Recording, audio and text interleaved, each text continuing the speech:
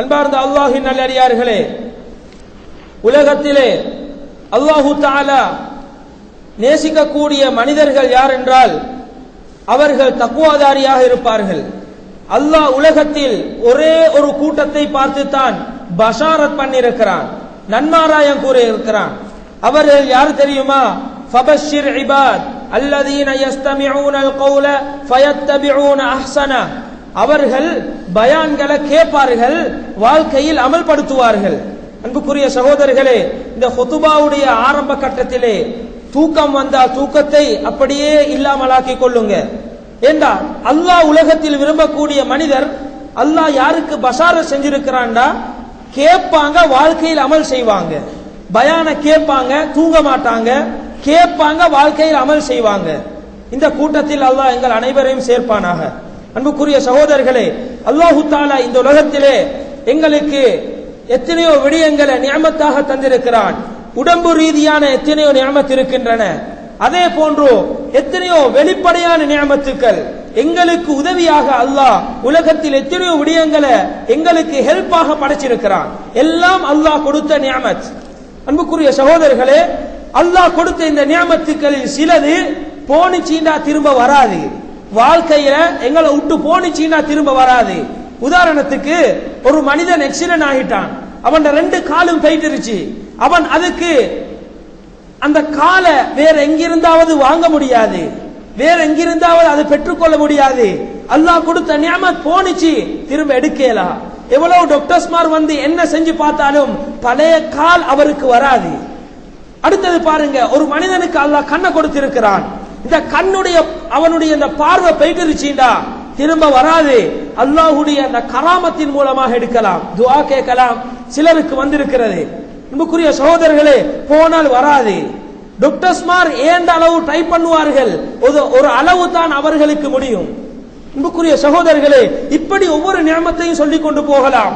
அல்லாஹ் கொடுத்த நியமத்துக்கள் போனிச்சீண்டா திரும்ப வராது. ஆனா அதே போன்று ஒரு நியமத்தான் வாழ்க்கையில் கிடைக்கக்கூடிய ஒரு நியமத் போனிச்சீண்டா திரும்ப வராது. அதுதான் வாலிபம். வாலிப பருவம் போனிச்சீண்டா திரும்ப இன்னொருக்க நாங்க எவ்வளவு ட்ரை பண்ணி எடுத்தாலும் அதை அடைந்து கொள்ள முடியாது. ஒருத்தர் 50 வயது ஆகிவிட்டது, அவர் மேக்கப் பண்றாரு வாலிபராகிறதுக்கு. அவருடைய மேக்கப் பண்ணி எந்த பயனும் இல்ல, எந்த பலனும் அவருக்கு இல்ல. ஏண்டா அவருக்கு அந்த வாலிபத்தில் இருக்கக்கூடிய அந்த பவர், அந்த சக்தி அவருக்கு இருக்காது. அன்புக்குரிய சகோதரர்களே, போன வாலிபம் திரும்ப வராது. இதனால தான் ஒரு ஷாயிர் கவிதையில் படிக்கிறார், லைத ஷபாப யஊது யௌமா. அவர் 60 வயதை தாண்டி விட்டது. அவர் படிக்கிறாரு, எனக்கு திரும்ப வாலிபம் வரக்கூடாதா என்று வாலிபத்தை பத்தி யோசிக்கிறார். அன்புக்குரிய சகோதரர்களே, எத்தனையோ பேர் வாலிபத்தை கடத்திருக்கிறோம், பயன் இல்லாமல் தான் எங்களுடைய வாலிபம் கழிஞ்சிருக்கும். அல்லாஹ்ட்ட தௌபா செஞ்சு கொள்ள வேண்டி இருக்கிறோம். அன்புக்குரிய சகோதரர்களே, அதிகமானவர்கள் இப்போது வாலிப பருவத்தில் இருக்கிறோம். ஸல்லல்லாஹு அலைஹி வஸல்லம் ஒரு ஹதீஸ்ல சொன்னார்கள், இக்தனிம் ஹம்ஸன் கபல ஹம்ஸின். 5 விஷயம் வாரத்துக்கு முன்னால 5 விஷயத்தை யூஸ் பண்ணிக்கோ, பயன்படுத்திக்கொள். அதுல ஒன்று தான் ஷபாபக கபல ஹரமிக. உனக்கு முதுமை பருவம் வருவதற்கு முன்னால உனக்கு கொடுத்திருக்க கூடிய நியமத் வாலிப பருவத்தை அல்லாஹ்வுக்காக வேண்டி பயன்படுத்திக்கொள். உன் உடம்பு ரீதியாக இஸ்லாத்துக்கு தியாகம் செய், உன் பொருள் ரீதியாக இஸ்லாத்துக்கு கொடு, மக்களை சீர்படுத்தி, உன் ரத்தம் அனைத்தும் இஸ்லாத்துக்காக போகணும். இத வாலிபத்தை பத்தி ஸல்லல்லாஹு அலைஹி வஸல்லம் பேசினார்கள். அன்புக்குரிய சகோதரர்களே, எத்தனையோ பேர் கழித்திருக்கிறோம். இப்போது சொல்லக்கூடிய நிறைய விடயங்கள் இருக்குது. நான் இப்படி கழித்திருக்க கூடாதாண்டு சிலர்கள் எண்ணலாம். அன்புக்குரிய சகோதரர்களே, இது வாலிப பருவம், பெரும் முக்கியமான ஒரு கால பீரியட். இந்த காலத்தை நல்ல முறையில கழிக்க ஒவ்வொருவரும் முயற்சி செய்யணும். பேரண்ட்ஸ் இருக்கிறாங்க, புள்ளைய ஈன்றெடுத்தா மட்டும் போதாது, புள்ளைய பெத்தெடுக்கிறாங்க, புள்ளைய அப்படியே விட்டுறாங்க. அவன் என்ன கூட்டு பண்ணினாலும் சரின்னு விட்டுட்டு கணக்கெடுக்காம கேர்லெஸ்ல இருக்கிறாங்க. இது பேரண்ட்ஸ் பழக்கம் இருக்கக்கூடாது.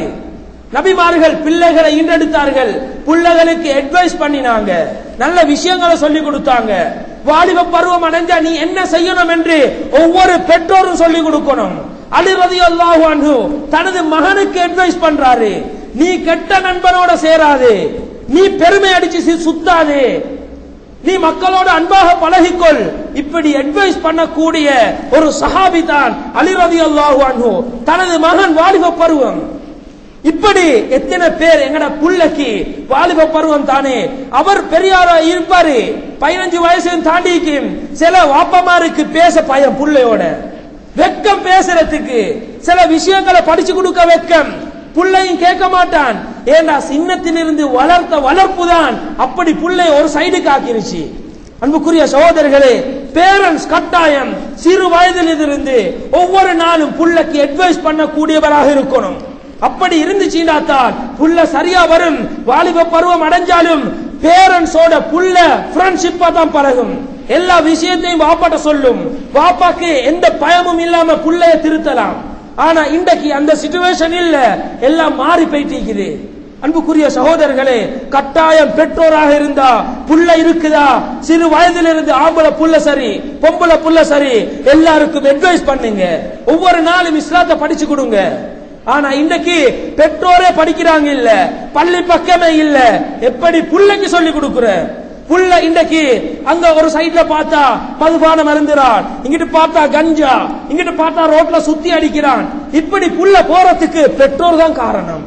பெற்றோர்கிட்ட அல்லாஹ் விசாரிப்பான், புள்ளட்டையும் அல்லாஹ் விசாரிப்பான்.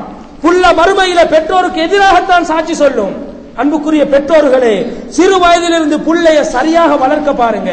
வாலிப பருவத்தை நல்ல முறையில கழிக்கிறதுக்கு பேரண்ட்ஸ் தான் அட்வைஸ் பண்ணக்கூடியவராக இருக்கணும். அவங்களுக்கு நேர்வழி காட்டணும் பேரண்ட்ஸ். அத போல வாலிப பருவத்தை நல்ல முறையில கழிக்கிறதுக்கு அவருக்கு நேர்வழி காட்டுறது அடுத்தது அவங்களுடைய ஆசிரியர்மார். இந்த 2 பேரும் முக்கியமானவர்களாக இருக்கிறாங்க. இந்த 2லையும் ஃபால்ட் ஏற்பட்டுச்சீண்டா, வீக்னஸ் வந்துச்சீண்டா, ஒரு வாலிபன் வழி தவறியே போயிட்டு கொண்டிருப்பான். அன்புக்குரிய சகோதரர்களே, உலகத்துல எல்லா பொருளுக்கும் 2 சைடு இருக்குது. ஒன்று நல்லது, அடுத்தது கெட்டது. அதிகமானவங்க கெட்ட சைடு தான் எடுக்கிறாங்க. இப்ப நாங்க ஒரு கடைக்கு போறோம், மாம்பழம் வாங்க போறோம், அதுல அவிஞ்சத்தை எடுப்போமா கெட்டத்தை எடுப்போமா? இல்ல, நல்லது தான் பிறக்குவோம். அத போல எங்கட வாழ்க்கையில நல்லதை எடுக்கிறதுக்கு ஒவ்வொருத்தரும் முயற்சி செய்யணும். ஏன் கெட்ட வேலையை செஞ்சு கொண்டிருக்கிறோம், பாவங்களை செஞ்சு கொண்டிருக்கிறோம்? மற்ற விடயங்களை நல்லதை பிறக்க கண் இருக்குது, அவருக்கு மூளை இருக்குது, காது கேக்குது. ஆனா இபாதத்துடைய லைன்ல நல்ல விஷயங்களை எடுக்கிறதுக்கு அவருடைய வாழ்க்கையில எந்த சைடும் இல்லாம இருக்கிறார். முழுக்க பாவத்திலே கழிக்கிறாரு. படம் பார்க்கிறாரு, பாவம். ஆனா அவரை இருக்கிறாரு, அது பாவம், அது அவிஞ்சது, அதை உடுங்க, கெட்டது உடுங்க இஸ்லாம் சொல்லுதோ. ஆனா அதிலே நாங்க மூழ்கி இருக்கிறோம். அடுத்தது மியூசிக் கேட்கிறாரு, கெட்டது உடுங்கன்னு இஸ்லாம் சொல்லுதோ, அந்த கெட்டதிலே இவர் இருக்கிறார். அதே போல மாம்பழத்தை பிறக்குவோமா? அன்புக்குரிய சகோதரர்களே, மாம்பழம் கெட்டதாக இருந்து சாப்பிட்டா உடம்புல எங்களுக்கு எஃபெக்ட் ஆகும். இது உலகத்துல. ஆனா உலகத்துல இபாதத்தை விட்டுட்டு பாவத்தை செஞ்சோம்டா உலகத்திலே எங்களுக்கு எஃபெக்ட் தான், மறுமையில ஆக பெரிய டேஞ்சர் தான். அன்புக்குரிய சகோதரர்களே, வாழ்க்கையை திருத்தணும். வாலிப பருவம் பொன்னானது, அது பேரண்ட்ஸ் தான் கைட் பண்ண வேண்டி இருக்கிறார்கள். அது போலத்தான் அல்லாஹ் தஆலா வாலிபத்தை பத்தி குர்ஆன்ல எத்தனையோ இடங்கள்ல பேசி இருக்கிறார். சில 2-3 சம்பவங்கள் இருக்குது. ஒன்று சூரத்துல் கஹ்ஃப் பரட்டுங்க. சூரத்துல் கஹ்ஃப்ல அஸ்ஹாபுல் கஹ்ஃப் பத்தி அல்லாஹ் பேசி இருக்கிறான். திக்யானூஸ் என்று சொல்லக்கூடிய ஒரு மன்னன் வாழ்ந்தான். அவன் அநியாயக்காரன், எல்லாருக்கும் அநியாயம் செய்வான். அந்த டைம்ல யாரெல்லாம் இஸ்லாத்தை ஏற்றுக்கொள்றாங்களோ அவங்கள முன்னுக்கு போட்டு அரிஞ்சு போட்டுவான், வெட்டிடுவான். ஆனா ஒரு வாலிப கூட்டம் இஸ்லாத்தை ஏற்றுக்கொள்றாங்க. இந்த செய்தி அவனுக்கு வருகிறது. உடனே அந்த வாலிப கூப்பிட்டான். கூப்பிட்டு அவங்களை பார்க்கிறான். உடம்புல நல்ல ஆரோக்கியம் இருக்குது, நல்ல சக்தி இருக்குது. இவங்களை வெட்டி போடுறதுல எனக்கு பிரயோசனம் இல்ல. அவங்கள்ட்ட ஒரு அட்வைஸ் பண்றான், உனக்கு சில நாட்கள் தாரேன், நீங்க போயிட்டு ஏந்த மதத்திலே இருக்கணும். நீங்க இஸ்லாத்தை ஏற்றுக்கொண்டா முன்னால் இருந்தவங்களை எப்படி அழிச்சனோ வெட்டினோ அத போல உங்களை இந்த மஜ்லிஸ்ல வெட்டிடுவேன் என்று சொல்லி சில நாட்கள் டைம் கொடுத்து அனுப்புறான். அவங்க போறாங்க. போற வழியிலே அப்படியே போயிட்டுறாங்க. ஏண்டா வெற்றது பிரச்சனை இல்ல, இஸ்லாத்தை விடக்கூடாது என்ற நோக்கத்துல போறாங்க. போயிட்டு ஒரு குகையில பூர்றாங்க. இவங்க தான் அஸ்ஹாபுல் கஹ்ஃப், கஹ்வாசிகள். இந்த வாலிபர்கள் இஸ்லாத்துக்காக வேண்டி போறாங்க. அரசனை விட்டுட்டு போறாங்க. அரசன் ஒரு படை அனுப்புறான். போயிட்டு பார்த்தா அங்க ஒத்தரையும் காணல. இந்த குகையில அல்லாஹ்வை ஏற்றுக்கொண்ட வாலிபர்கள், இபாதத் செய்யற வாலிபர்களுக்கு அல்லாஹ்வுடைய உதவியை அல்லாஹ் கொடுக்கிறான். 2 ஒன்று, அந்த குகையில இருட்டு, சூரிய ஒளி ஒரு மனிதனுக்கு கட்டாயம் படணும், படாட்டி அவனுக்கு உடம்புல நோய் வந்துடும். இவருங்க அதுலுக்கு வாழ்றாங்க, அதுலுக்கு இருக்கிறாங்க, இருட்டான குகை, எந்த ஒரு ஓட்டையும் இல்ல. அல்லாஹ் தஆலா அந்த வாலிபர்களுக்கு ஹெல்ப் பண்றான். குர்ஆன் பேசுது, வதரஷம்ஸ இதா طلعت تزاوروا عن كهفهم ذات اليمين واذا غربت تقرضهم ذات الشمال. நீங்க பாருங்க, அந்த வாலிபர்கள் அங்க குகையில் இருக்கிறாங்க, இருட்டுல அல்லாஹ்வுடைய சூரிய ஒளியை அல்லாஹ் கொடுக்கிறான். அது எப்படி போனுச்சுன்னு தெரியா? அன்புக்குரிய சகோதரர்களே, நல்ல வாலிபர்களுக்கு அல்லாஹ்வுடைய ஹெல்ப் எப்படியும் கிடைக்கும். எந்த இருட்டில் இருந்தாலும் கிடைக்கும், எந்த காட்டில் இருந்தாலும் அல்லாஹ்வுடைய உதவி கிடைக்கும். நல்ல வாலிபர்களாக இருக்கணும். 2வது, அவங்களுடைய உதவியை பாருங்க, அல்லாஹ் கொடுக்கிறான் அவங்களுக்கு. உலகத்துல ஒரு மனிதர் ஒரே திசையில படுத்தார்னா அவருக்கு நோய் வந்துடும், பின்னால புண்கள் வந்துடும். அப்படி படுக்க இயலா யாருக்கும். படுத்தா புண்ணால அவர் அவதிப்படுவார். அவர்கள் அதுலுக்கு உறங்குகிறார்கள். அல்லாஹ் சொல்றான், வனுகல்லிபுஹும் ذاتல் யமீனி வذاتல் ஷிமால். நாங்க தான் அவங்கள பெரட்டி பெரட்டி படுக்க போட்டோம். அல்லாஹ் 2 உதவி செஞ்சான் அந்த வாலிப கூட்டத்துக்கு. இப்படி அல்லாஹ்வுடைய உதவி கிடைக்கணும்டா வாலிபர்கள் அல்லாஹ்வுடைய திசையில் இருக்கணும், இபாதத்தில் இருக்கணும். பாவத்தில் இருந்து அல்லாஹ்வுடைய உதவி கிடைக்காது. இது ஒரு சம்பவம். அடுத்த சம்பவத்தை பாருங்க. யூசுப் அலைஹிஸ்ஸலாம் இவர்களை சுலைஹா அந்த மாளிகையில வச்சு பாவத்துக்கு அழைக்கிறா. அந்த 7 கதவையும் அடைச்சிட்டா. தனிமையாக இருக்கிறாங்க. அந்த அரசி அழகான ஒரு பெண்மணி இப்ப அழைக்கிறா.